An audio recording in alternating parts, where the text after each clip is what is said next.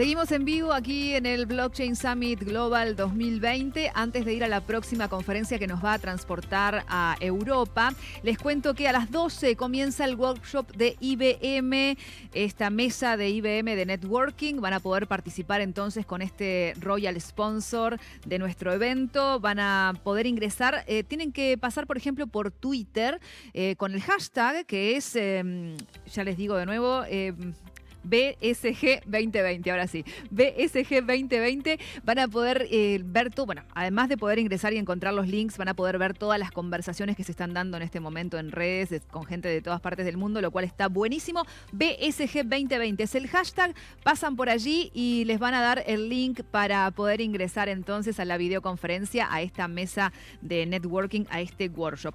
Vamos a ir a la próxima conferencia. Esta conferencia, como les decía, viene desde Europa, desde Malta. Le enviamos un gran saludo a Ian Gauci, que es el tercer año consecutivo que forma parte de este Blockchain Summit, que en esta ocasión no va a estar en vivo por algunos inconvenientes personales, pero sí su disposición de participar lo ha hecho grabar este video que vamos a poder compartir ahora. Les hablo un poquito acerca de Ian. Él es socio fundador de GTG Advocates y Affiliation y Caledo. Es asesor del gobierno, de industria y también de autoridades financieras de su país, de Malta. Es miembro fundador de la Asociación Maltés de Abogados de TI y también de Blockchain de Malta.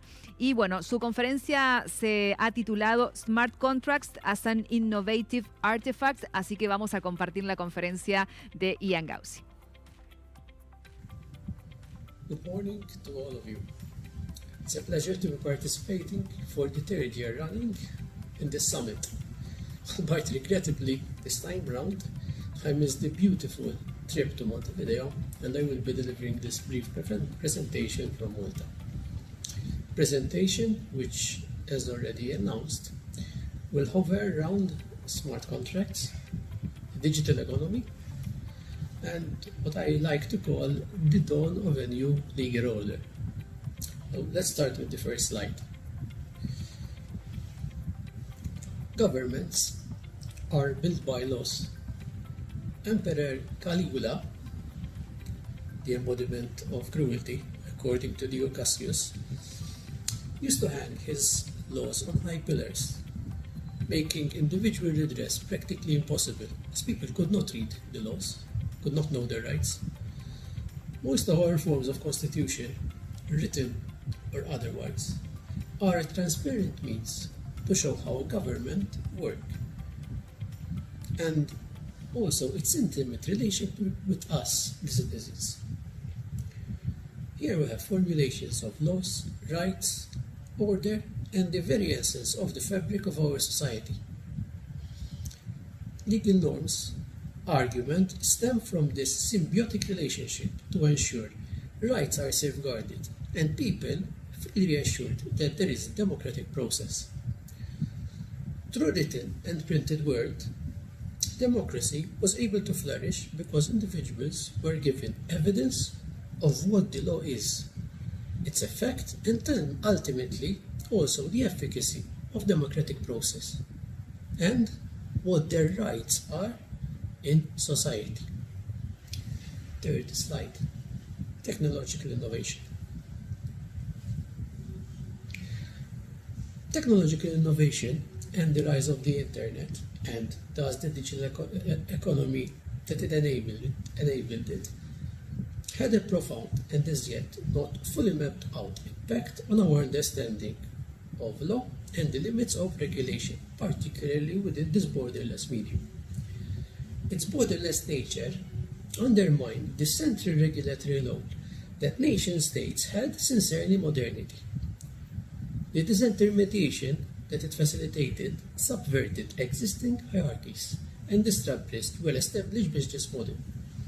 This decentralization of technologies seems to fulfill Manuel Castells' network society, where he reimagined several social interactions and institutions as networks that depart from being organized around centers and hierarchies.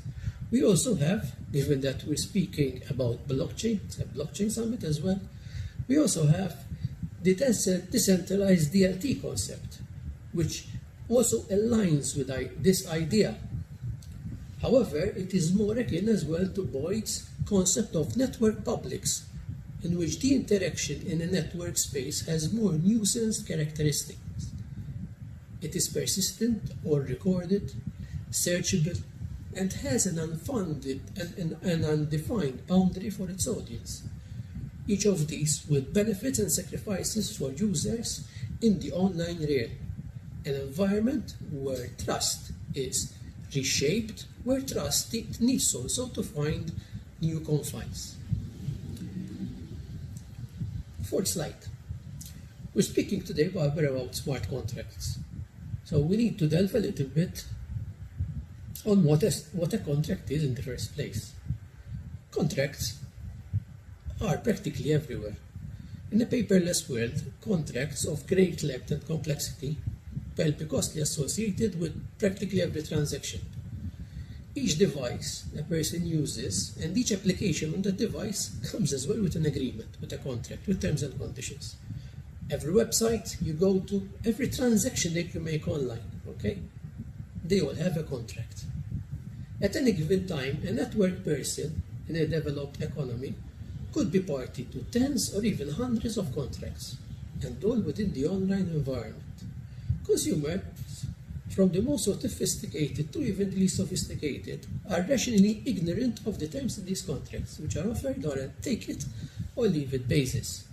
These contracts, to a certain extent, can vary from business to business, B2B, consumer to consumer, C2C, business to consumer, B2C, state to individual as well. Constitution, it's a contract between us and the state. These contracts have always been there, even before we transited on the online environment, okay? And they had different forms. They established and formulated as well the fabric of how society interacts. Slide number 5.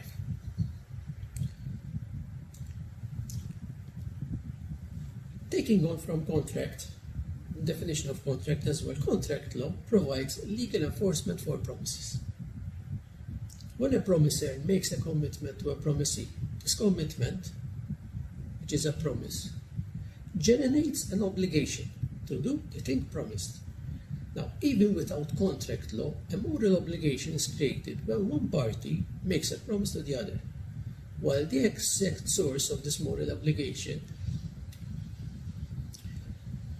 can be subject to a lot of philosophical disputes. However, there is little doubt that the promise which a party refers to the other and the reverse promise of the other party towards the originating party, okay, create and generate obligations. Contract law, the argument goes, serves to strengthen and support these moral obligations by creating corresponding legal obligations. So we're starting from moral obligations to evolve, to emanate into legal obligations, an obligation which to a certain extent is ratified by the state. At its core, contract law binds promisors not simply morally here, but even legally. So contract law affirms that promisors must do as they have promised. So usually there's performance. However, it cannot guarantee that performance is attained, but builds around coercive measures so that the moral obligation to perform the obligation, which is now a legal obligation as well, is aligned, can to a certain extent be attained. The general point here that the function of contract law is to strengthen that moral obligation, to keep promises by adding legal coercion, so that here you have as well legal certainty. When performance is not achieved, the courts come in to interpret the contract and to deal ex post adjudication of the contract according to the dispute. As the literature on relational contract recognizes, contracts are more often than once interaction between parties, followed by performance or judicial resolution of a dispute. Instead, Contracts can also be ongoing relationship, where both parties in the court view the contract in light of social and relational norms. Now, here I want you to pause a little. As in such instances, courts not only address grievances, but also act as a catalyst for the correct adoption of the contract according to the legal parameters, the contractual provisions, and even the interpretation applicable to the given circumstances. This brings an important function of courts for public good, certainty, and social order, and also the psychological need for individuals to trust each other's commitments. Why? Because they can rely on an order where obligations have legal tenure, where you have the power of the state courts to enforce them, to interpret them ethically and according to the applicable circumstances. This in turn is the linchpin for freedom to contract. Now, slide number 6. So let's hover directly now, after we explained a little bit what is a contract, what is contract law, why transparency is important, on the definition of smart contract. Here, the definition of smart contract, I'm going to introduce you to a definition which we have in our legislation, where it is an innovative technology arrangement consisting of computer protocol, and then you have practically the agreement concluded wholly or partially in electronic form, automatable, enforceable, and at the end of the day, the baseline is that it is an artifact, computer protocol, code. An incomplex way to explain a smart contract would be by comparing it to a vending machine. In this scenario, you insert a payment, choose an item, and in an automated fashion, the machine will automatically release your item of choice. It's a very, very rudimentary way how to explain a smart contract. I believe all of you know that smart contracts were first discussed by Nick Szabo in 1997. Same, I am quoting Nick Szabo because even Nick Szabo in 1997 defined them as a set of promises. Okay, in digital form, but a set of promises where parties perform on the other promises. So there is the human element here. Smart contracts here use modus ponens, logic, to create what in theory is self-executing, self-enforcing, and self-contingent contracts. In simple words, a smart contract here consists of logic written in the form of computer code that is stored and deployed predominantly here on blockchain. It could also be outside of blockchain, but here it is predominantly on blockchain because blockchain facilitates the use of smart contracts. They have different flavors, as they can be on a public, on a private blockchain, on a hybrid, even between interchains. We're speaking about blockchain. And all this predominantly reflects the execution and the enforceability part as well. We have smart contracts as well, where the execution is specifically left to the smart contracts. Other hybrid smart contracts will have the execution either partially or not fully redundant on smart contracts. Smart contracts are also currently the subject of being discussed at ISO level, which is the TC 307. Now, smart contracts to a certain extent codify, enumerate our lives. They're going to introduce us to a new chapter where you personalize laws, where apart from personalizing laws, even yourself when you interact through smart contracts, when you leave a lot of data online, where smart contracts start as well feeding, being used by AI, okay? There, your digital persona with use of smart contracts, with AI, with more data being fed online, on which these smart contracts with AI can also continue to function, that even your digital persona in the determination of what you are, whether you're a trader, whether you're a consumer, whether you're a customer of a particular niche, which has particular tastes, okay, can be determined by the code. So this software, even the smart contract, depending on certain trends, certain data, if coded in a particular manner, very, very soon, can also determine, for example, somebody is a consumer, somebody is a trader, and depending on that, okay, shift as well particular obligations which can be coded in the same agreement. So here, smart contracts will radically even change, personalize the law, change as well the attribution of how we interact with businesses, businesses interact with us, and how we interact in an automated fashion with each other. This could be superb.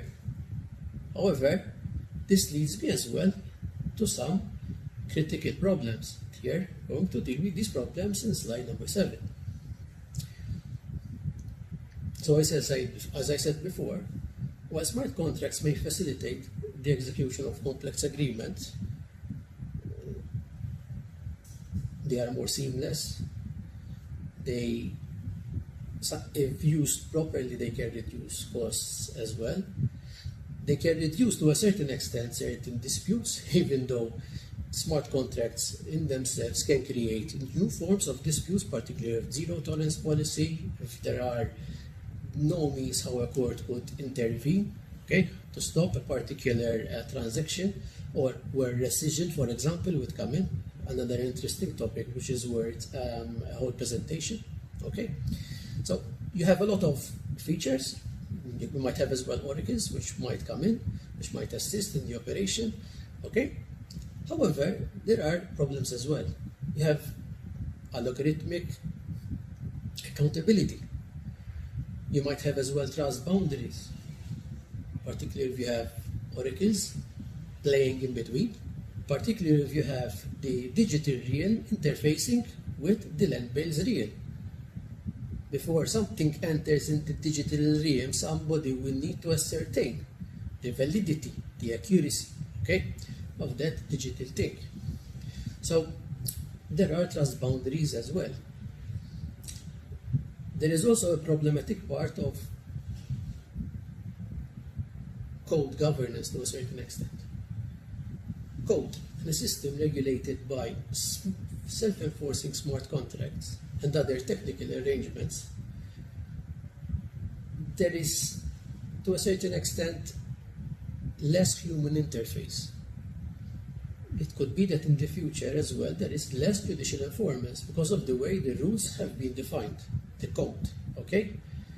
Here we might possibly in the future as well have law and code merged together, so that even when you infringe a particular provision, it can be a contractual provision which has the tenure of law, it can be a law as well which can be coded, okay?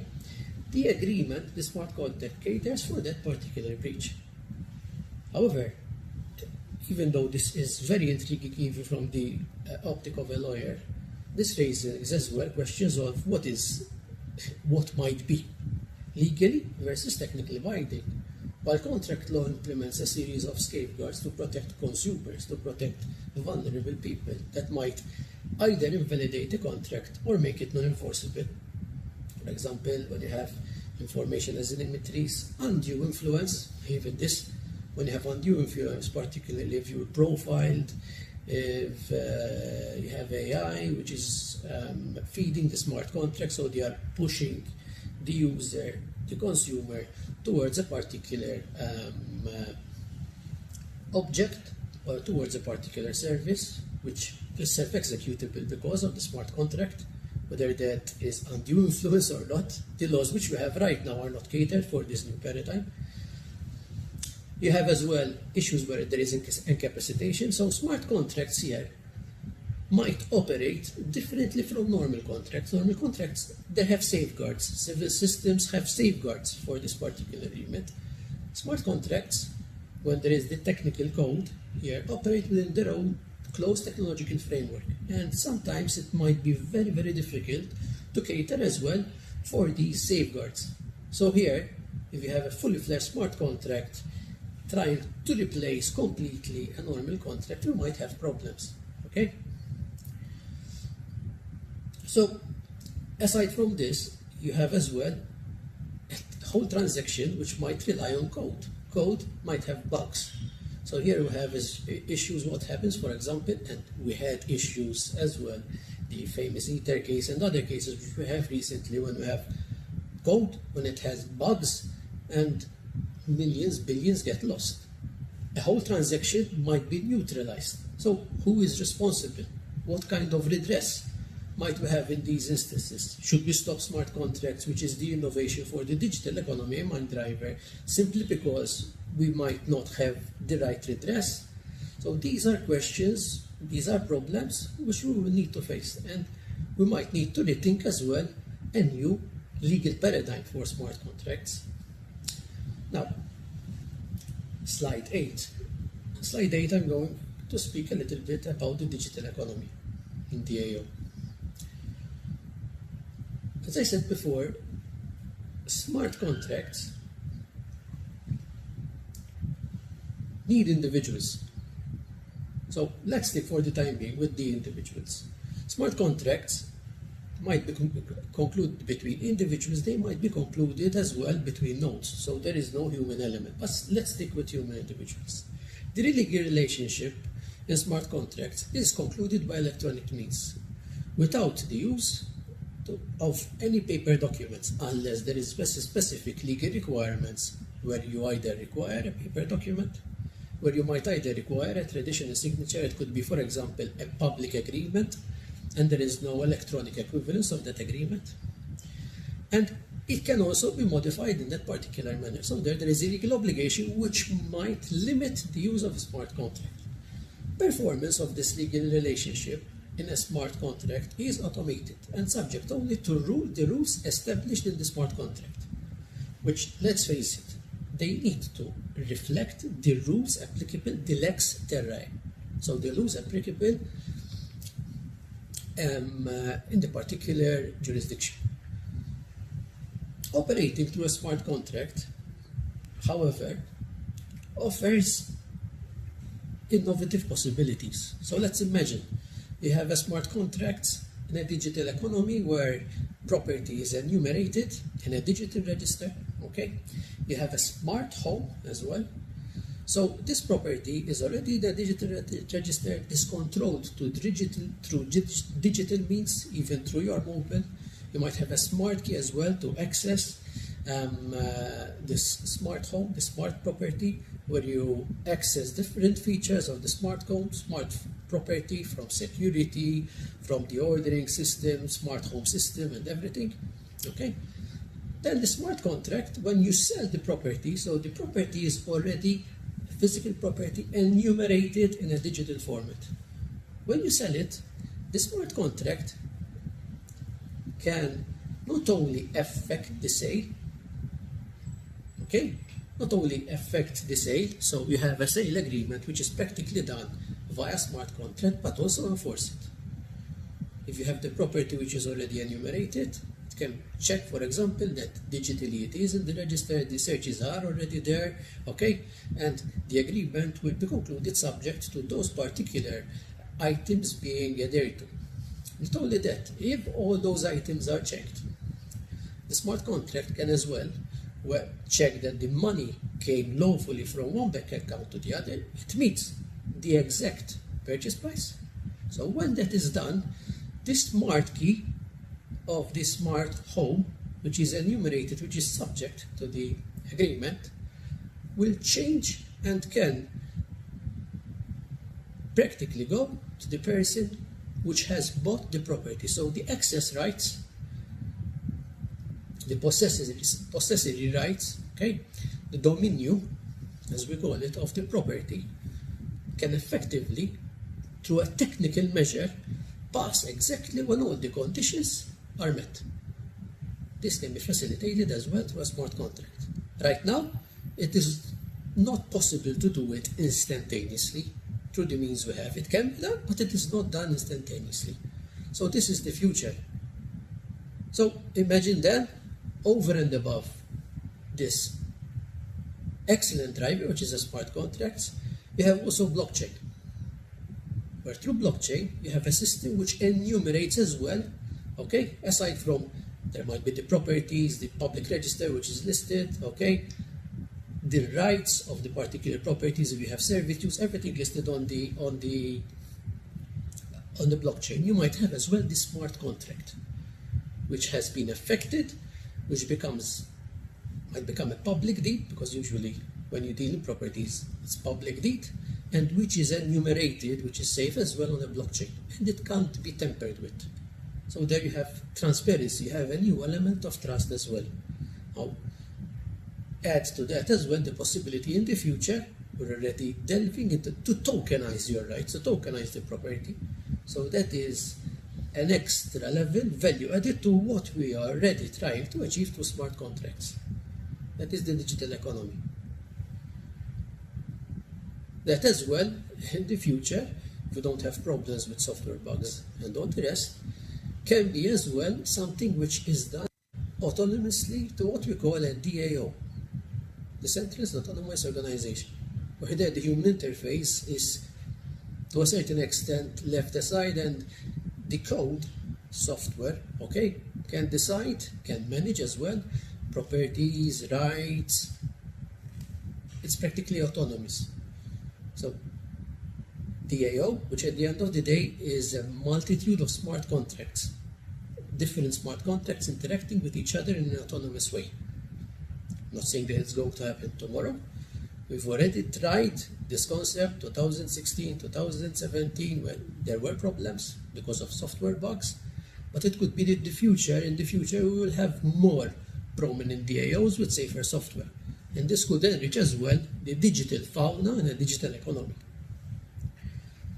So where does this lead us to? Let's delve into slide number 9. So add-on, new dawn for laws and regulation. In the little time that I have left, and taking away from my previous mini thesis, I want you to consider then smart contracts not as just one part of a larger trend of computerized technologies purporting to displace or replace human decision making, courts or lawyers, but something much bigger, with a bigger purpose. Think of it as a catalyst for digital economy, for RegTech in the future, for reduced consumer legislation, where with the aid of technology, which we ascertain it is safe to use, there is no longer the need to have laws protecting the user, as the technology does not discriminate between users which are businesses and users which are consumers, if the technology is safe, ascertained. I want you to focus on something special here. The theoretical possibility where technology can deliver, or sometimes not deliver, okay, functions played now by courts. Adjudication where there is a dispute as well. And if this happens, so you have big data, you have parameters, you might have AI in a smart contract, okay? You might have as well decisions, core decisions which are digitalized, so AI feeds on these decisions. You have machine learning, everything is done in automated fashion, so you have dispute resolution process in the smart contract itself. So imagine, let's think a little bit like a fantasy movie. Imagine how this will replace, if it functions properly. There are still problems, as I said before, but imagine if it had to function properly, how it will fundamentally replace or reduce litigation. Even the moral values then. Remember what I said before, if courts are there to interpret, and to a certain extent, they amplify on the use of the law, they give it the right trajectory. It's called as well the Calidoscape Theory, okay? If you start reducing the court's remit, which were an intrinsic part of society, of the social norm, so there we might as well, through these smart contracts, start changing, altering as well social norms, new social norms, and introducing a new fabric for society, culture, and ultimately the purpose of certain legal provision and future law. All promoted, all possible if this code, if these smart contracts, okay, if this technological artifact is working properly.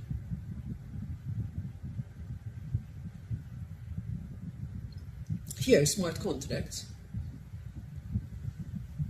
via algorithmic outcomes would in essence reflect the will of the parties. Parties which, if we're speaking about blockchain, they are distributed on blockchain. They would know exactly how the system works. They would know exactly, to a certain extent, that this code is safe for use, or they would know the limitations, particularly if you introduce accountability and auditability of software. I have always hammered hard on this, even in my previous presentation, even in Montevideo, and I ardently believe that software needs to be made more accountable, needs to be made more auditable, even on blockchain. It is there where a new form of trust and empowerment through technology can really happen. Okay? It can cater as well, here, the artifact, for deterministic outcomes, which play key actor roles in crafting laws and interpreting them. Usually, these deterministic outcomes are left to the courts. These deterministic outcomes are left to arbitration. These deterministic outcomes are left to mediation. These can be encompassed, they can be imbued, they can form an integral part of the code, of the artifact, where they will replace, in the future it could be, or reduce the court remits in certain cases. And this is happening, this might happen. Why? Because the individual, we as users, okay, are emancipating as well ourselves, are thinking about ways how to transact more freely, how to transact more seamlessly, okay, how to transact in a more transparent way, how to transact as well, okay, in a safe real. It could be that this is what we, because we are coding, we drive where the economy goes, we drive where the digital economy should stand. We should never stall innovation. So this part of innovation, it's a key which we have in our hands. But in the future, this smart key, which is predominantly led here through code and smart contracts, with a combination, okay, of other factors, can radically change as well the ethos of our legal order. So here, smart contracts, with their unique capacity, they can create as well new legal structures and paradigms. And these can disrupt the current way of how we think, the current way of how we meter as well safeguards within the legal ambit, the current way as well of how we foresee our rights. So, the current way of how society interacts with laws, with norms and regulation. I don't think that it will totally replace contract law, but I believe that contract law will be supplanted, so to a certain extent enhanced. And when it is enhanced, certain redundant features as well might as well leave way for this new legal order. Now, to conclude, because I've taken enough time, and I always enjoy my presence in this fantastic summit.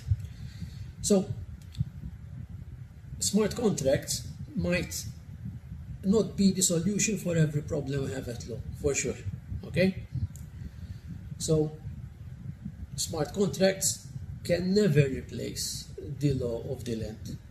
The law of the land might need to be amended, yes, to reflect this new paradigm, to reflect on a forward-looking approach the potential and the problems which might arise because of the use of automated artifacts like smart contracts, of automated artifacts combined, converged with AI, with big data, okay? So yes, here the lex lata, okay, might change, but the starting point is always the lex lata. The lex lata here, because of smart contract, might require an adaptation of the law on principles levels, okay? So that, as was previously mentioned by Lessig, Professor Lessig, when he spoke about the advent of lex cryptographia, okay, and even the DIO, we reevaluate the interaction because between regulatory levers. And at the end of the day, we play always an integral part. An integral part, whether it is through blockchain, whether it is through any other technology, where we are active participants in the rapid expansion of the architecture, the code. And this architecture, the code, what Lessig described as this architecture, this code, okay, does not constrain the way we behave, but it should enhance the way we behave. It should enhance, okay, how we perceive, how we're riding on the innovation wave. And as a minimum there, if we look through this particular optic, even for smart contracts, okay, we anticipate as well how the laws which we have will empower us with the power of the technology which we're going to face, including smart contract, to improve our lives, to foster innovation, to be active participants in a digital economy. I leave you with this message. I thank you all from Malta, and a big well done for the organization of this summit. And I hope that if next year there is a fourth summit, it will be done in Montevideo, and I'll be sharing this experience live again with you. Bye from Malta. Bueno, esperemos que se cumpla eso entonces, Ian, que puedas estar aquí en Montevideo en el próximo año, ya en la 4ª edición del Blockchain Summit, y que sea también presencial, ¿no? Si bien creo que esto de la cosa virtual ha llegado para ser, pero bueno, tal vez se pueda hacer allí una mezcla de ambas cosas. La verdad es que es un verdadero placer escuchar a Ian Gauci, espero que lo hayan disfrutado. Les quiero avisar que nos vamos a ir a una pequeña pausa. Luego, conferencia desde España, pero también para aquellos que quieran, en minutos nada más, faltan apenas 13 minutos para que comience el workshop de la mano de IBM, y para participar, para encontrar el link para ingresar a la sala de videoconferencias, simplemente tienen que pasar por nuestras redes, por ejemplo por Twitter, y buscar el hashtag BSG2020, y ahí van a encontrar enseguida que las chicas de redes están publicando el link para poder ingresar. No se vayan, ya volvemos.